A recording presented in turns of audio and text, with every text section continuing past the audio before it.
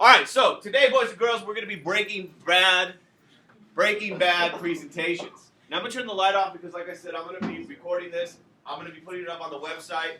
I want you to focus on the message here because this is what you guys are going to do. So often, as you guys said, people are doing presentations that are just awful, boring, and all those things you mentioned that you don't like, I don't want you to do it. I want you to go into another teacher's class and blow them away and go, how'd you learn that? And you said, that's just the way you do it. So, the first rule in creating a presentation, you don't have to have ever watched Star Wars, but you need to pull a Yoda. The hell does that mean? Pull a Yoda. Does anyone, okay, Star Wars geeks? Just me? 2, 3, okay? The rest of you, get on that. Watch episodes 1 through 3, not the other ones. They're horrible. What is Yoda known for? My Star Wars. His wisdom, right? Dude is wicked smart. Some of you are looking at him like, what the hell is that, right? It's a leprechaun with some goofy ears. The thing Yoda does is he has knowledge. There could be some craziness happening, and Yoda knows what's going down. He can tune out, he can blur out everything around him and always pull up with some good advice, some wisdom, as Gabriel just said. And part of doing presentations is so often people come up here and they don't know what they're saying. And if you don't know what you're saying, I'm going to tell you right off the bat, your presentation is going to suck. So I want you to always pull a Yoda when you're pulling out a presentation. Now that doesn't mean you're always going to be passionate about it, but you are going to be knowledgeable. So that's step one, that when you get your topic, I'm going to expect you to really deliver something that is powerful and knowledgeable. The other thing I want you to pull out, and they did a study, and according to Yoda, you didn't know you were going to get Yoda philosophy today, I'm sure. According to Yoda, you've got a couple options when you do anything in life. You can either do it, or you can not do it. There's no such thing as trying.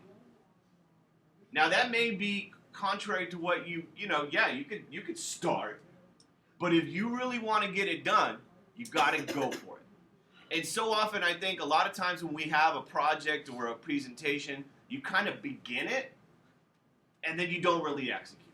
So you need to get past that sign of, okay, I'm going to do this, or I'm not. The other thing I want you to keep in mind is this part. That's Dr. Seuss. Never seen him, huh? He's just an author, an illustrator, but that's Dr. Seuss. Don't pull a Dr. Seuss. Does anyone want to take a wild guess? What does that mean? Like, don't pull a You're going to pull a Yoda, but you're not going to pull a Dr. Seuss. What the hell does that mean? Don't talk nonsense? How dare you? Dr. Seuss is not nonsense. Don't eat green eggs and ham. There's, don't talk nonsense, but not all of what he says. There's something else I wanted you to get from that. Yeah. Don't repeat. Don't repeat? Does he repeat himself? Yeah. Actually, I think you should repeat yourself. Because the audience, remember, is learning from you, so you've got to rephrase things. There's something else. What does Dr. Seuss do? Yeah. He writes fiction writing, so don't get your facts false. Nah. Actually, he's got a lot of truth in there. The Lorax is all about the environment. That's a real issue. What does he write? What are those things called with like paper and then there's words in them? Books. And what do we do with books? We read them. Let me point out something here for a moment. That slide is ugly as hell. Another sin I'm going to tell you not to do when you make presentations.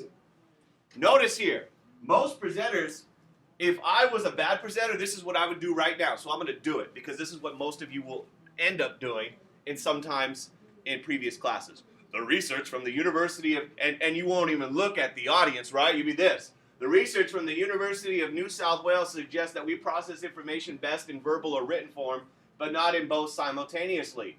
As so often, it has taken the best efforts of brainy academics to prove what most of us instinctively knew. Trying to follow what someone is saying while watching the same words on the screen is the equivalent of riding a bicycle along a crowded train. It offers the appearance of making extra progress, but it's actually rather impractical. AKA, if I'm reading to you and you're reading this and you're trying to listen and read, you are not doing anything better than if you were only doing one. Our goal of our presentation is to deliver a message to an audience. And so often all we do is we read to an audience. And you can't do that. Because the moment you start reading, everyone else is already reading. Let me ask you, what's faster? Me reading that to you or you reading it quietly to yourself? If I was to start, I pop this slide up and I start reading it and you're reading it in your head, who's going to finish first? Raise your hand. I can't hear. I don't even know. I just hear grunts out there. Who's going to finish first? Where's the rest of you? Come on. Yes, sir. You. And what are you going to do the moment I'm done? You've been done. And so you're not even listening to me. So what's the point there? There isn't any. Your audience is bored now. So don't do that, especially when most of the time you're delivering a lecture or a presentation is to get information. If you're reading and I'm talking, message, failure to send. Another one, same thing. One of the biggest mistakes that people make is to put too many words on a slide. Your audience doesn't want to listen to you as you read it to them, and they can become easily distracted by the excess of information on the slide. Remember that your audience will respond better to your voice. Your PowerPoint, your Prezi, because you don't have to do PowerPoint. Prezi's another one, P-R-E-Z-I. Free program online. Keynote is another one. Whatever your presentation is, you are delivering content. And if your audience is pulling this, they're bored, well, game over. You are standing up here, why? To fill time. So we're going to keep that in mind as well.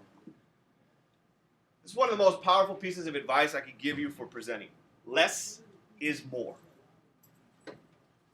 Your job is not to fill the PowerPoint with everything you could fill the PowerPoint with. You don't need to use every sound, every color, every font, any stupid clip art you could find online. Your job is to deliver a message. And when you're delivering a message, I want you to keep something in mind. Let me show you two ways of saying the same thing. Here's the first one. What do you put on your screen? When your audience is looking at your presentation, old school drive-in, right? You know, back in the day, you used to roll up in your car, you could watch, your movie. So imagine for a moment, this is a PowerPoint screen right here. What should your audience look at? And I want to tell you there's a couple things you should do. One, you should keep it concise. Keep it to the point. You should keep your information to the point. If you don't know what concise is, it's basically giving a lot of information clearly and in a few words. Brief but comprehensive. So you're giving them information on the screen. Remember, this is all about what's on screen. Keep it concise. What is the main points?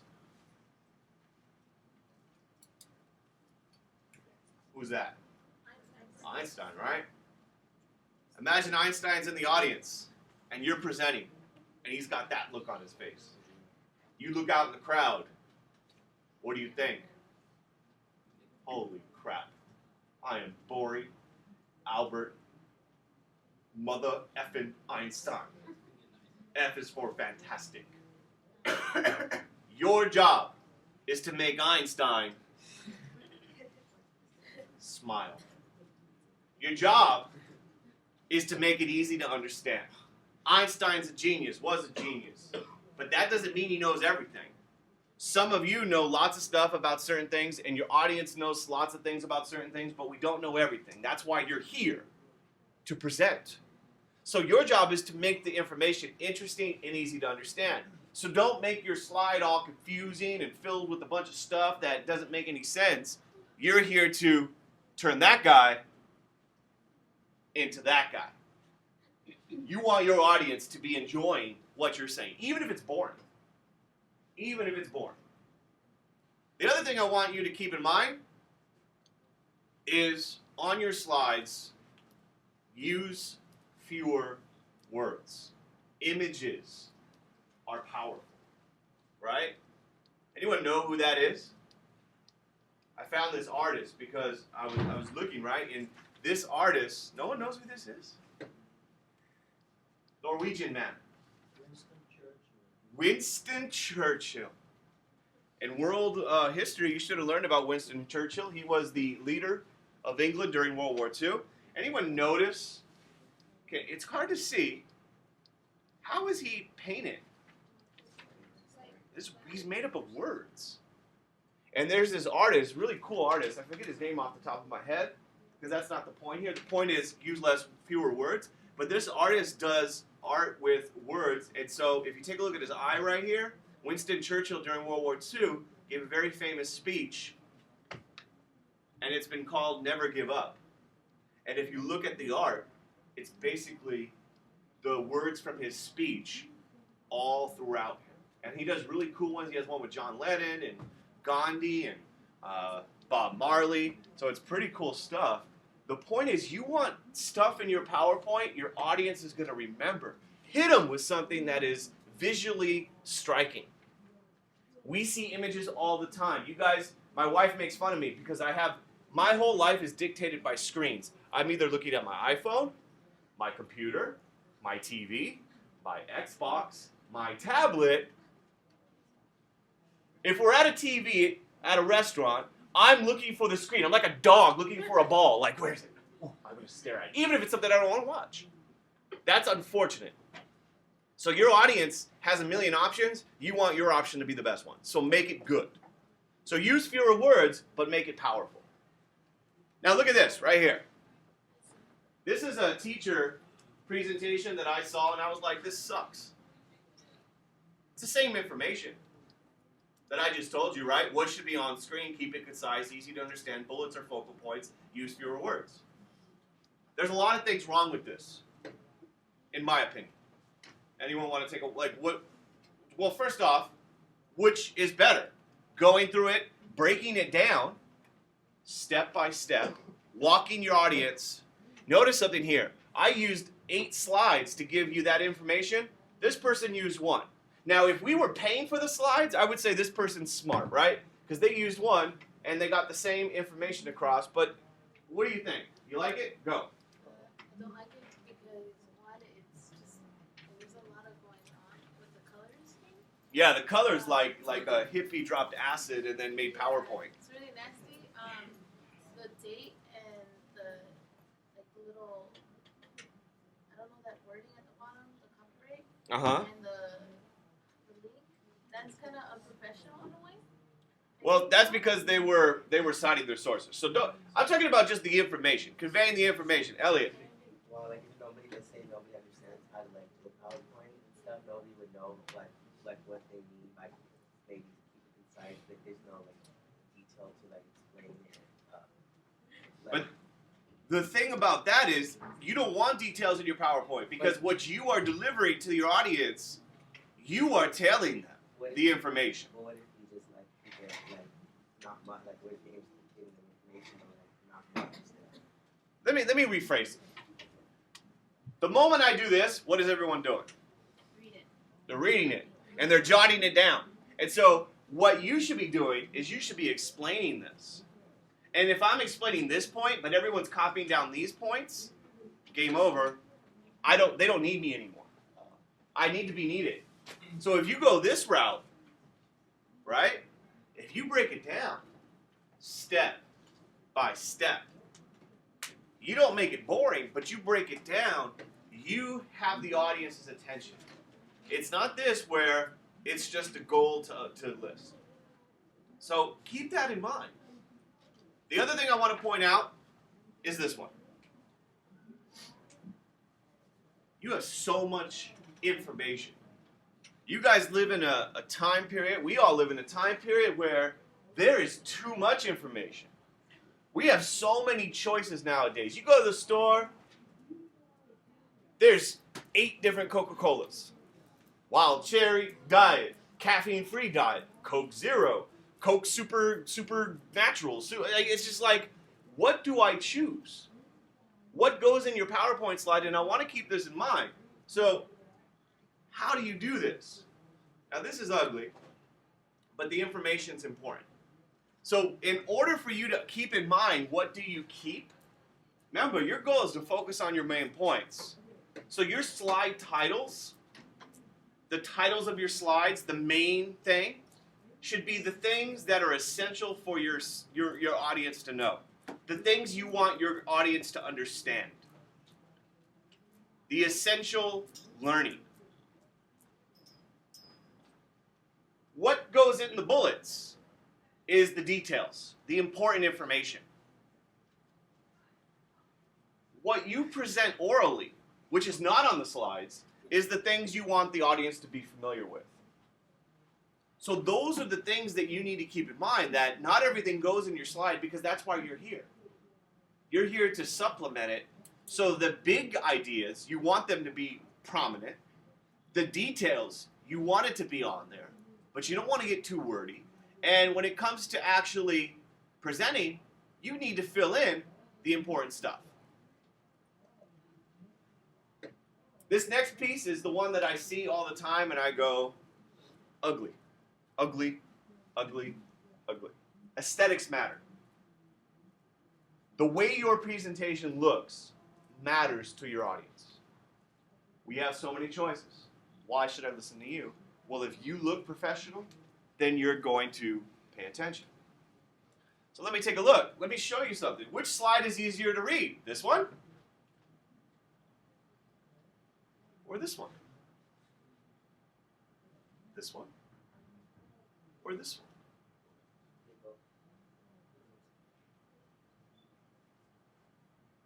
Contrast. So, depending upon what your audience is going to be, you're going to notice that for projected presentations like this is, you should use light print on a dark background because light attracts people's eyes. Think about it right there. If you're looking at it, which one is easier for you to focus on? Is there anyone that it's easier to do this one, the yellow? It's easier? All right. Now, that isn't as important as the next part. Don't get too flashy.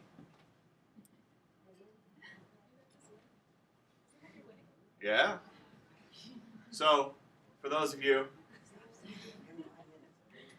anyone want to take a wild guess what's happening right here?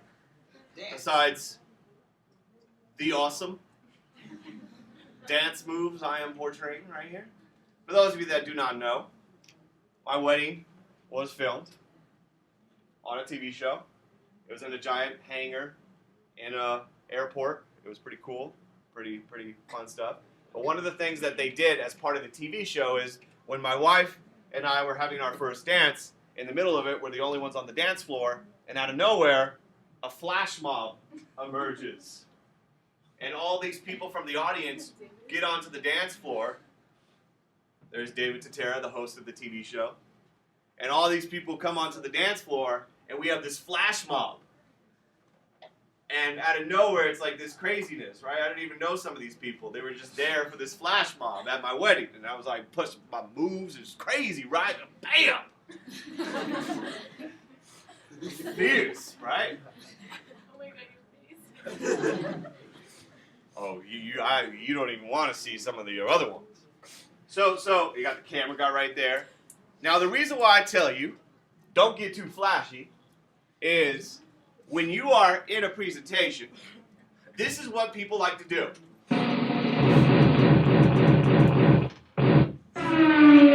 I just thought, what the hell happened? Instant replay that. Imagine the audience.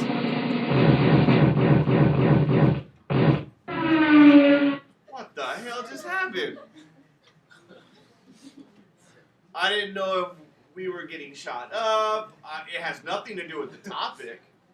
It's way too much stuff, right? There's all this stuff. So I want to keep in mind, which do you prefer? Take a look at this.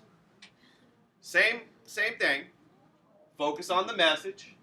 Okay, so that's my main point. My main point is I want you guys, when you're creating presentations, to focus on the message.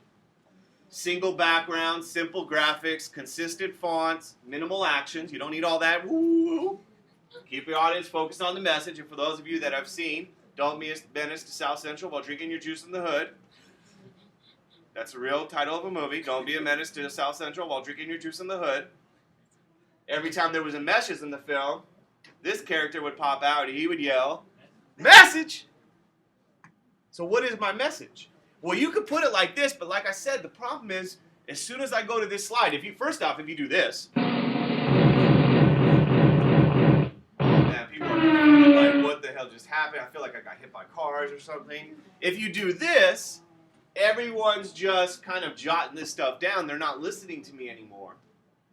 But if you break it down, if you give them an alternative, if you simplify it, message.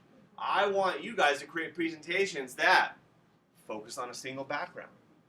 Okay? You want your audience to focus on this.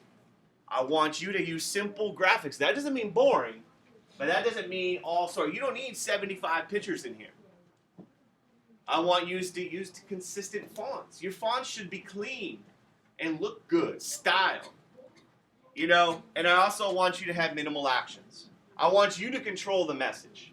I don't want the PowerPoint to control you. So you're going to be controlling what you're talking about in this scenario. If you don't do this, the PowerPoint runs the show, not you. Remember, keep your audience on the message. Whatever that message is, you control it. Another thing, we're almost done here. Bullets. Bullets are dangerous. And I'm not talking about the bullets used to inflict harm using guns. I'm talking about this. A lot of people do this with bullets. Don't center them. The text becomes hard to read. The eyes will not be able to follow it easily. Left justify for easy viewing. A lot of people use that. Notice the difference here. Take a look at this.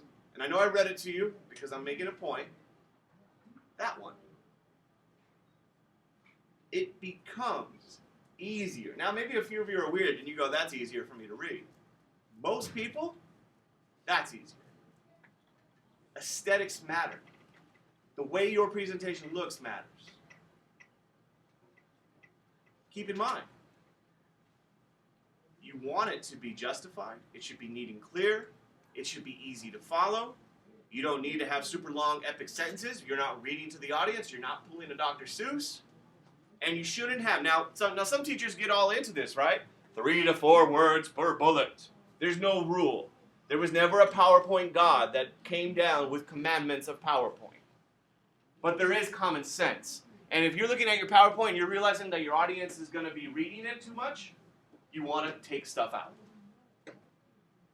So, I challenge you to make your presentation bulletproof.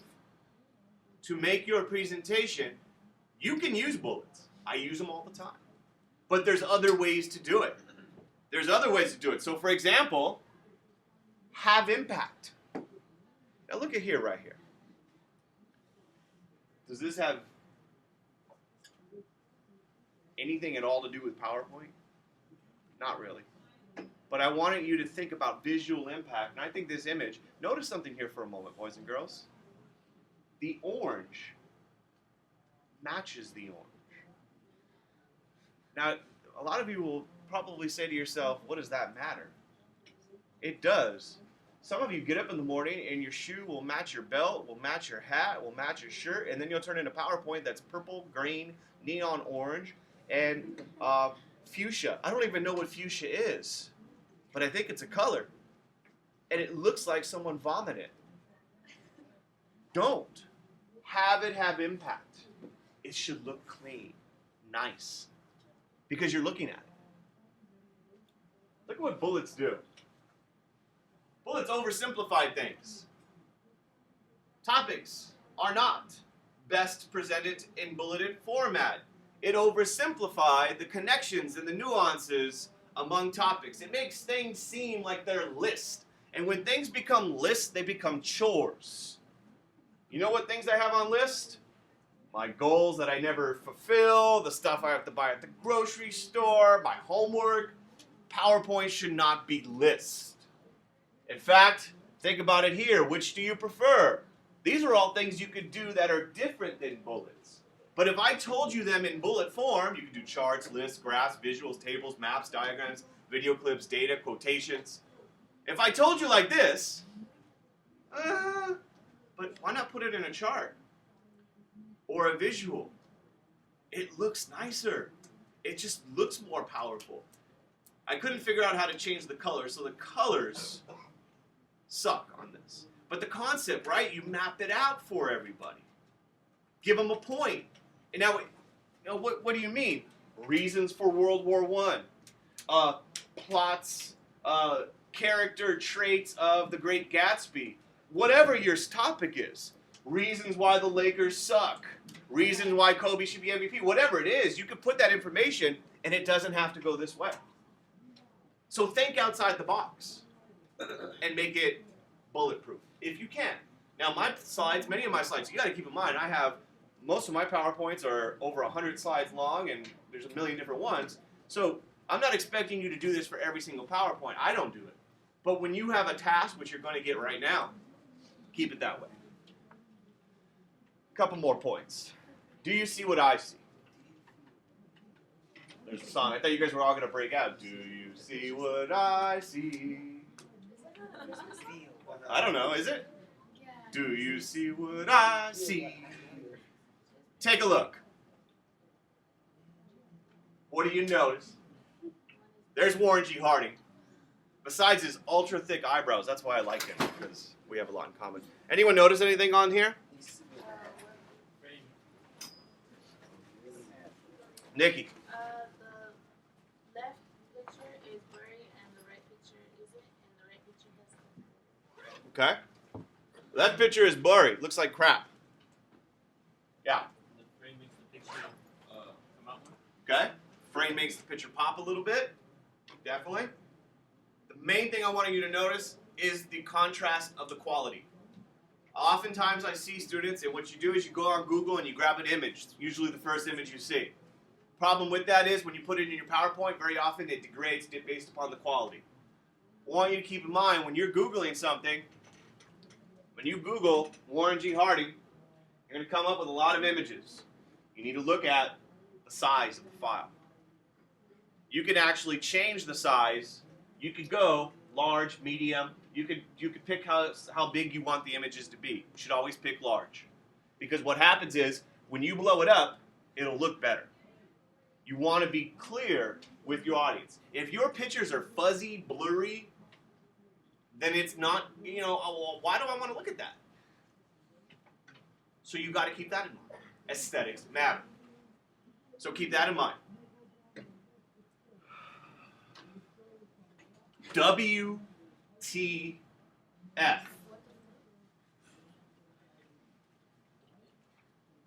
What the font?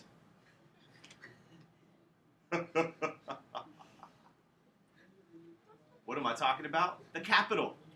Don't use all capital letters. It becomes hard to read. Capitalize the first letters to formalize your presentation. Most of the time, though, capitalize only the first word. It's easier to type, and it's easier to read. That's hard to read. That is not that is not correct. Unless it's the names of places or things, this is the way it should be.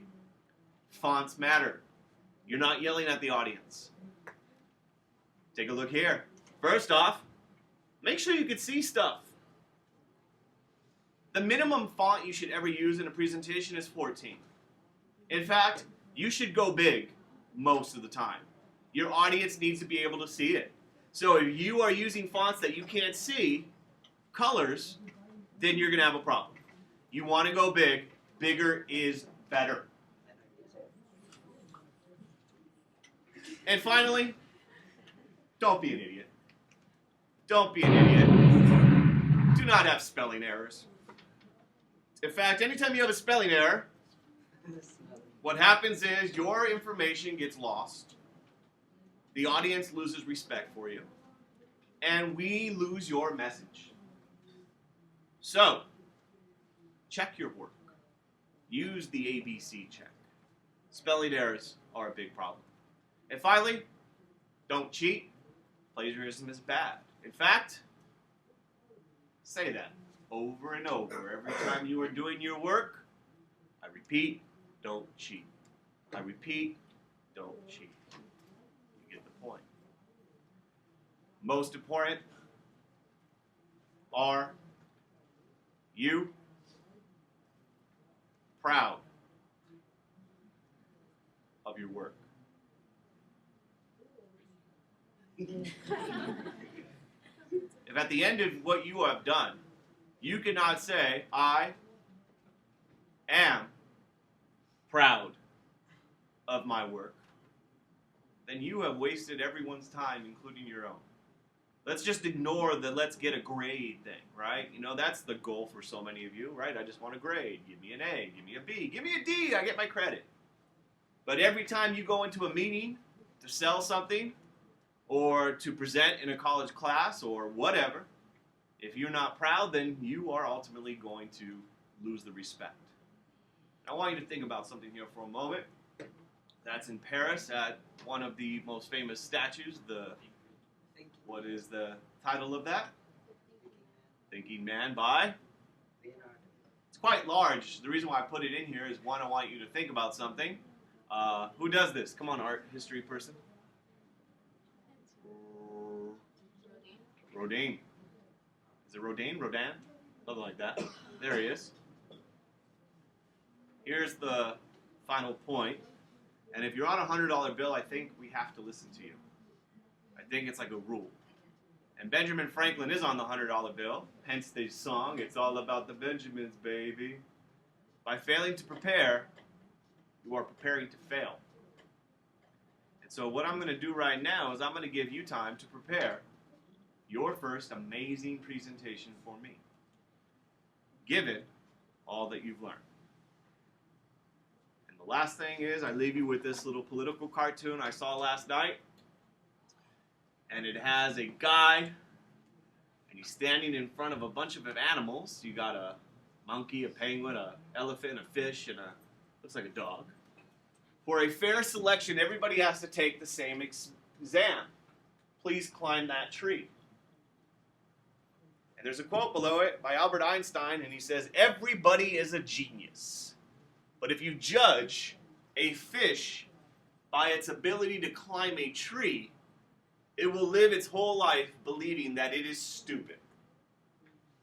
What is the point of that quote in this political cartoon? Some of you, wake up, let's go. I'm getting the same people raising your hands, and I'm going to give you your participation points, and some have 0 already. Yes, sir. People have their own specialization. Okay. People have their own specializations, yeah? Everybody starts off the same way, but it depends on how you look at it, your point of view, and the way you attempt. Okay. I guess maybe to like compliment or like say the good things to someone who they're good at, and if you don't, you say the opposite, then it damages the person kind of inside subconsciously or something like that. Okay. Who's going to pass this test? The monkey. The bird. No, but the penguin can't fly. There's no bird here. Oh, there. Okay. You're going to be in a group with people. And you're going to get people with different skills, but that doesn't matter because you're all in it together and you're going to work on each other's skills. And you're going to build and challenge each other to do better. Next time, when you're actually ready, so all I've done is given you how to create the presentation. On Thursday, I'm going to tell you how do you present the presentation. Hit the lights, Diego. Is there any questions at all?